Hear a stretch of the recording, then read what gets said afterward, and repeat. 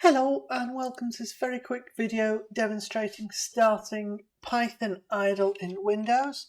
We're just clicking on the start menu to begin with. If you're in Windows 10, that will be over in the left hand corner and it will bring up a similar looking window, although there will be slight differences, and we're just going to type in IDLE. This video does assume we've already got idle installed and set up. From this point, we can just type in the print command.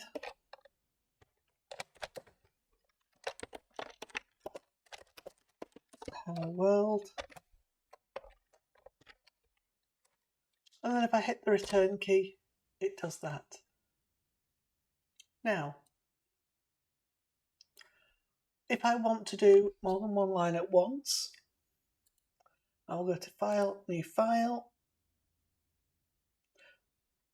and then we want to look at both of these windows next to each other. So if I left click and hold in this with the mouse in this title bar here, so that I can drag the window around, and I'm going to move it all the way until the cursor comes to the edge of the screen.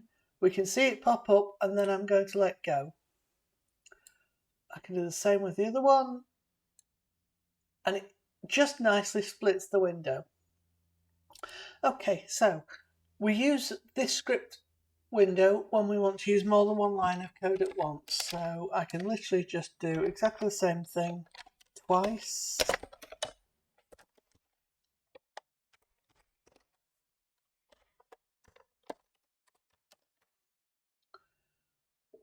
And then I'm going to go to Run and Run Module, or I could just press the F5 key.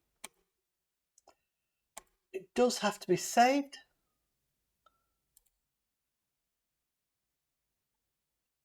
Save it wherever you like. And what happens is it runs both of these lines of code at once. So we've got the first line and the second line. This video is very short. It's an accompaniment to an introduction blog. There will be more to come. Thank you. Bye.